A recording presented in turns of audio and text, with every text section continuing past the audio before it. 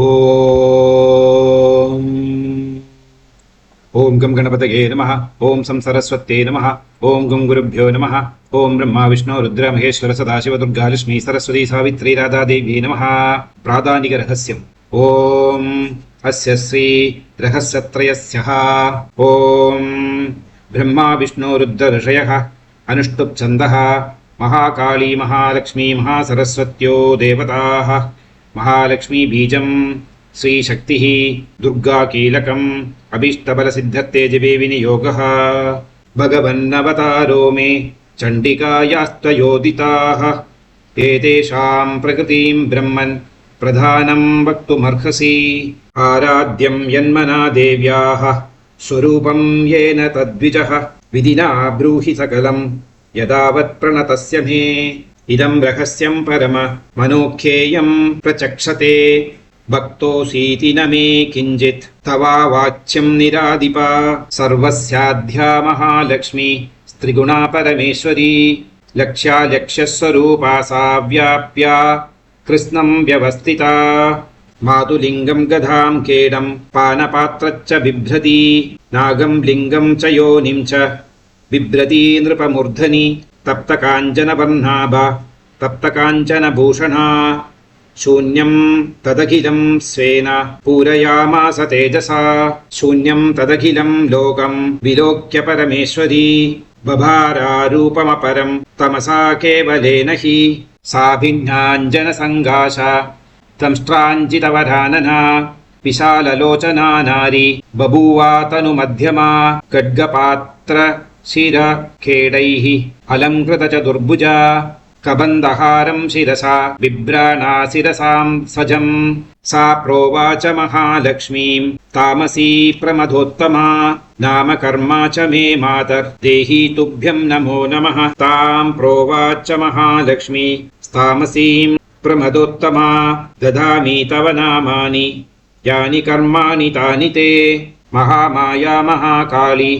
महामारी क्षुधातृषा निद्रा तृष्णा च कैवीरा कालरात्रिर्दुरत्यया इमानि तव नामानि प्रतिपाद्यानि कर्मभिः येभिः कर्माणि ते ज्ञात्वा योदिदेशोऽश्नुते सुखम् तामित्युक्त्वा महालक्ष्मी स्वरूपपरमं नृपा सत्त्वाख्येनातिशुद्धेन गुणेनेन्दुप्रभं दधौ अक्षमालाङ्कुशधरा वीणा पुस्तकधारिणी सा बभूव वरा नारी नामान्यस्यै च सा ददौ महाविद्या महावाणी भारती वाक्सरस्वती आद्या भ्रामी कामधेनुर्वेदगर्भा जगदीश्वरी अधोवाच महालक्ष्मीर्महाकालीं सरस्वतीं युवां जनयतां दिव्यौ मिथुने स्वानुरूपतः इत्युक्त्वा ते महालक्ष्मीः ससर्ज मिथुनं स्वयं हिरण्यगर्भौ रुचिरौ स्त्रीपुंसौ कमलासनौ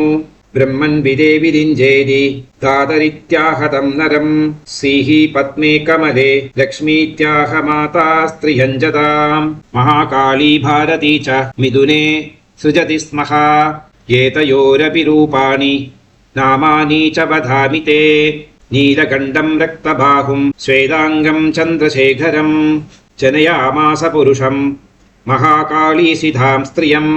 स रुद्रः शङ्करः स्थाणुः कवर्धिनी च त्रिलोचनः त्रयी विद्या कामधेनुः सा स्त्री भाषस्वराक्षरा सरस्वती स्त्रियं गौरीं कृष्णं च पुरुषं नृप जनयामास नामानि तयोरपि वदामि ते विष्णुः कृष्णो हृषीकेशो वासुदेवो जनार्दनः उमा गौरी सती चण्डी सुन्दरी सुभगा शिवा एवं युवतयः सद्यः पुरुषत्वं प्रभेदिरे चक्षुष्मन्दो अनुपश्यन्ति नेतरे तद्विधो जनाः ब्रह्मणे प्रदधो पत्नीं महालक्ष्मीर्नृपत्रयीं रुद्राय गौरीं वरदां वासुदेवाय च श्रियं स्वरया सह सम्भूय विरिञ्जो अण्डमजीजनत् बिभेद भगवान् रुद्रस्तद्गौर्या सह वीर्यवान् अण्डमध्ये प्रधानादि कार्यजातमभून् नृपा महाभूतात्मकं सर्वं जगत्सधावरजङ्गमम् उपोषपालयामास तल्लक्ष्म्या सह केशवः संजहारो जगत्सर्वं सह गौर्या महेश्वरः